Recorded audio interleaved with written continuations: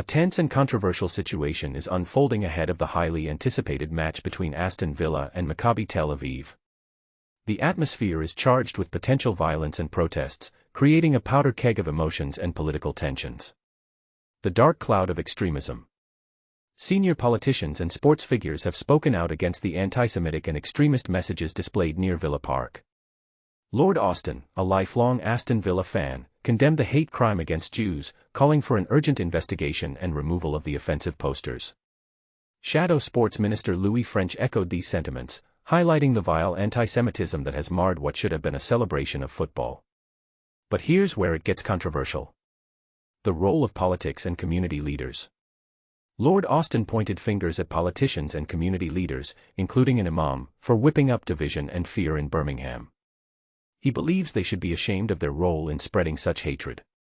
This raises questions about the responsibility of public figures in fostering an environment of tolerance and understanding. Rival protests and the absence of Robinson. Despite the expected demonstrations, Tommy Robinson, a far-right figure, has reportedly decided to stay away from tonight's match.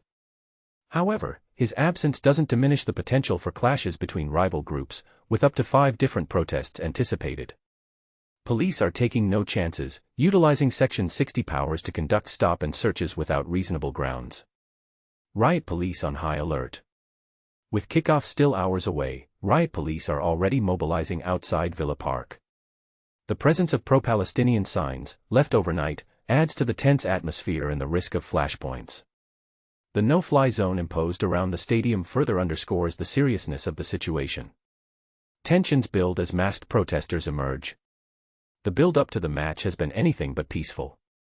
Masked protesters have been filmed posting anti-Zionist signs in Birmingham, stoking fears of violence. The ban on away supporters has done little to quell the concerns, as pro-Palestine, pro-Israel, and nationalist British groups plan to protest across the city. An unprecedented police operation. Over 700 police officers have been deployed, with local schools closing early and a no-fly zone in place. This massive police operation is a direct response to the high-risk declaration by West Midlands Police. The decision to ban Israeli fans has sparked outrage, with Prime Minister Keir Starmer leading the charge, calling the ruling wrong and akin to anti-Semitism. Maccabi's response: "We're not a pawn." Maccabi Tel Aviv's chief executive, Jack Englides, has warned that the club will not be used as a political pawn.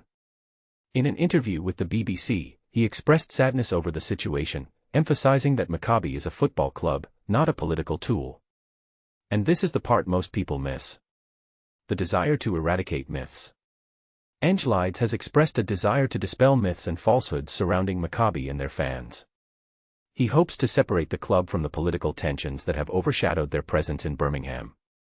As the match approaches, the question remains, can football unite or divide in this charged atmosphere? What are your thoughts on the role of politics in sports? Feel free to share your opinions in the comments below.